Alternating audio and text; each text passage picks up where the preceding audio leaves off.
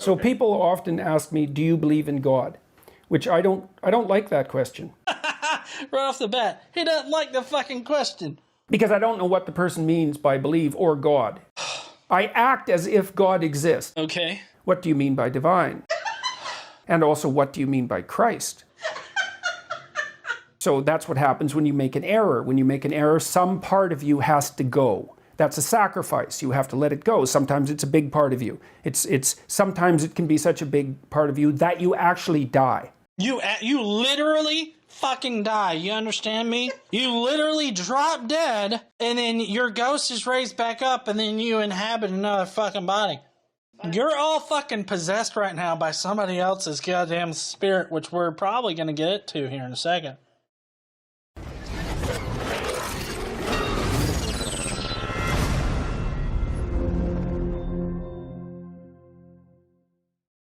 All right, let's get into this Jordan Peterson shit, shall we? So yeah, Jordan Peterson here, what he's talking about is, do you believe in God? This right here is him attempting to answer it. It's 5 minutes long, but boy, does he beat around the fucking bush about it. So this is me trying to figure out what he's trying to say to decide on whether or not I agree with him or not. People often ask me, do you believe in God? Which I don't like that question. Right off the bat, he doesn't like the fucking question.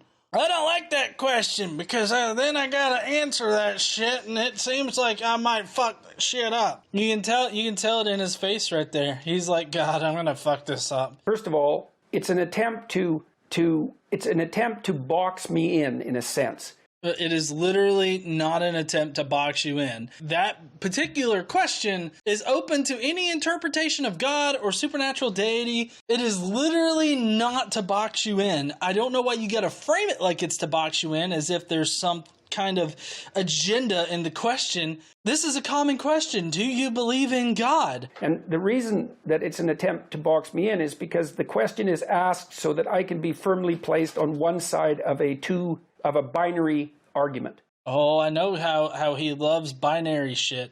I mean, isn't he the fuckwit that has the whole gender thing?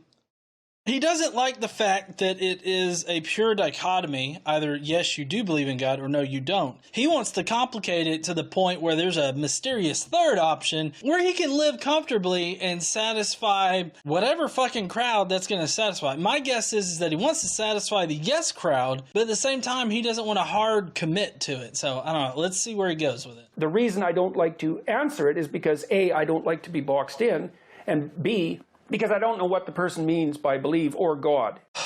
This is the same shit I was wrestling with on Tuesday night that made me lose my shit, which, guys, don't lose your shit in these conversations. It doesn't help whatsoever. I know that, but it didn't prevent me from losing my shit. I'm just telling you from learned experience, don't lose your shit. I get the need to have like definitions, like defined at the beginning of any kind of conversation. I get that. But when your definitions vary so much from the colloquial use of it to where you can't even fucking communicate in normal conversations, I think that you need to reevaluate what definitions you're actually applying to whatever the fuck you're talking about. And they think they know. And the probability that they construe belief and construe God the same way I do is virtually zero. He's already assuming what other people believe or what other people think about those two terms. So belief is just something that you consider to be true or a true representation of reality. That's what I would say belief is. You can have an opinion and believe it to be true, and that is a belief. It's a pretty simple concept. I don't know why he's got to fucking complicate it and shit. So I don't know what he means by believe because he actually doesn't go into it. But his version of God, he never defines God. God is not a deistic kind of God or anything like that.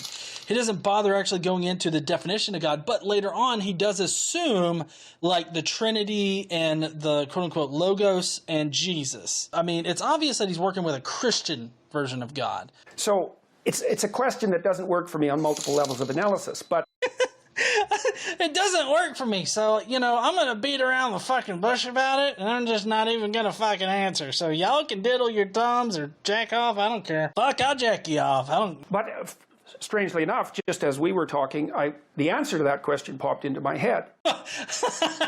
I like this part in particular because it's like at the very beginning he's like, shit, how am I going to answer this fucking shit? I have no fucking clue. Why don't I just talk and I just throw a whole bunch of words and a bunch of doubt on what the fuck you're even talking about until it pops into my mind magically. Oh shit, look, there it is. It popped into my mind. Let's see what his answer is. I act as if God exists. Okay. He acts as if God exists, but you can act as if God exists and not believe in that God. It does kind of insinuate a bit of belief, I would say, that, you know, it's like, oh, I'm going to act like I believe in God. Oh, okay. So you're just lying. I'm fairly certain Jesus doesn't like that shit. Okay? Even upon like the most stringent adherence to whatever fucking version of the Bible you want to, you're gonna get up there and Jesus is gonna be like, well, fuck, you're burning in hell there, JBP or Jordan Peter JP. What does B stand for? Burton? What? Fuck. Well, I have a lot of problems with him saying that he just acts like God exists, and that's an answer to the question. Because it's not actually answering the question. He's given an answer to a completely different question. But in order to act as if God exists, then you have to have some kind of clear definition of what God is. So if you're saying that God is this moral agent that sets these moral laws and whatnot, well, which moral laws? Because you have multiple different versions of God that have multiple different moral systems. So you have to have some kind of idea of what God exists, and then you have to adhere to what that God wants in order to act like God exists. So for all intents and purposes, I guess you could say that he does believe in God, or he's lying. He doesn't believe in God, but he quote-unquote acts as if God exists, which I don't even know what that fucking means if you're not going to define what your God is that you believe in. Now you can decide for yourself whether that means that I believe in him. Well, I mean, it really shouldn't be up for me to decide what you believe. You know, you should just be able to be like, yeah, or no. You should just be able to do that. But no, you've got to give an answer to a completely different fucking question. I don't understand why you have to do that, but you just don't want to answer, do you believe in God? So to speak. But I act as if he exists. Still have no idea what you mean by acting as if he exists. So that's a good enough answer for that. No, it's not. It's not even an answer for that. Then with regards to these other issues, the divinity of Christ, well, I would say the same problems with the question formulation obtained. Questions formulated with the what obtained? I feel like he just put a whole bunch of fucking words together and he thinks that that's a sentence. What do you mean by divine? Oh, Jesus Christ, what about it? I don't think this is what aboutism, but I mean, damn, it's the definition game. What do you mean by divine? Okay, well, divine is anything of or relating to a god or supernatural entity. That's what divine would be. So let's see how he defines the word divine in this conversation. And also, what do you mean by Christ?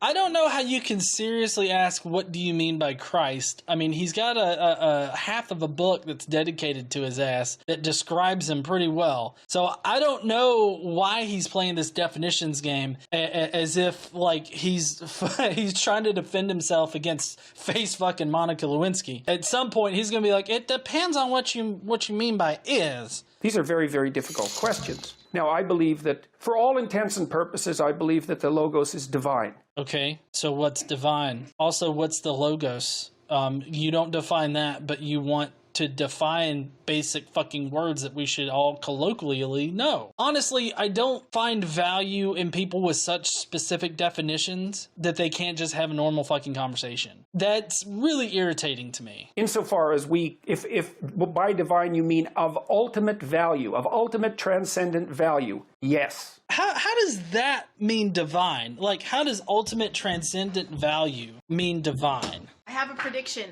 He's going to ask what transcendent means. Does he ask what transcendent means? I don't know. Oh. I can't remember. He's asked to define so many fucking words. Can you please define? I don't understand his definition of divine. I get that he considers God to be like the ultimate source of good or the highest good or something like that. That's how he's defining God. And then, which, by the way, he didn't actually say at the beginning of this fucking thing. That's what he's saying is God, which is not at all what the God of the Bible is, but well, fuck us, right? So that's what he defines as God, and then using the actual definition of divine being that it's of or relating to a God or supernatural deity, that's how he gets there. He gets there by substituting in God for his own definition of what God is. And that's fine, but that's not technically what a generalized idea of a god. A god is just a supernatural being that either controls our universe or doesn't do anything to our universe. It doesn't to specify a deistic god, just a god out there. It's just a supernatural entity that exists outside or above the natural world, I guess. It's divine. It's associated with death and rebirth.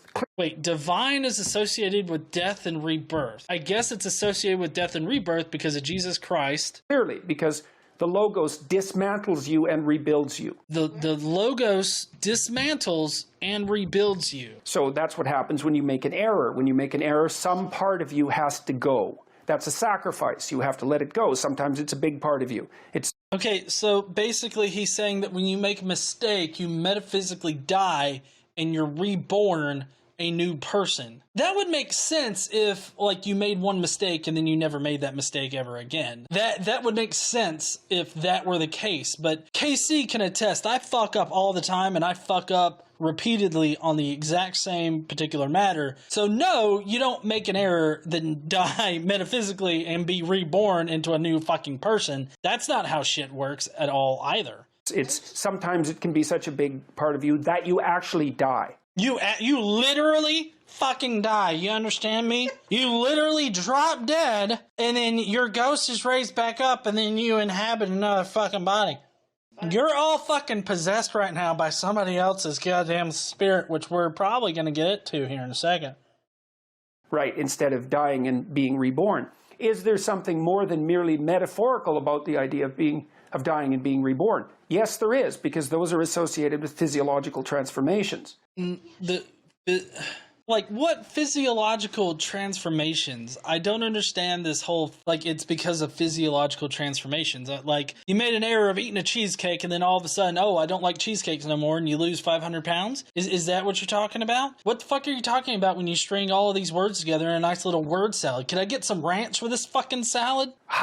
What's the ultimate extent of that? That's a good question. Not like the fucking question we started with. Oh. The question is, what happens to the world around you as you increasingly embody the Logos? And the answer to that is, we don't know. Well, for all of the definitions that you seem to require in order to even have this conversation, you actually haven't defined what the Logos is yet. So I don't know what the fuck you're talking about. I don't know what it means to embrace the Logos. I don't know what that means. The Logos in the Bible is Jesus Christ. So, I mean, that makes sense if you're talking about Jesus. But you actually haven't defined the Logos, what it means, or how it actually affects you if you embrace it. We don't know what the ultimate level of this. Now, the hypothesis is, and it's a hypothesis that extends to some degree to Buddha as well. The hypothesis, I sincerely doubt this is a hypothesis. At best, I think that it's a shit-covered opinion. Hypothesis is that there has been one or two individuals who managed that, and that in their management of that, they transcended death itself. How do you transcend death itself? I'm guessing he's talking about Jesus Christ dying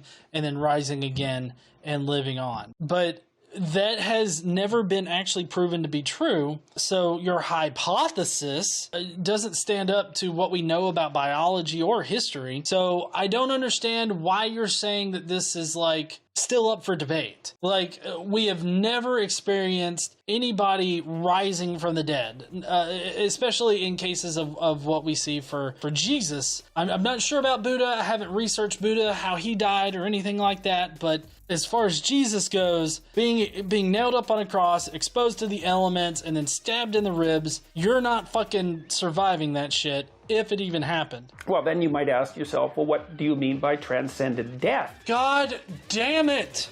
I have you.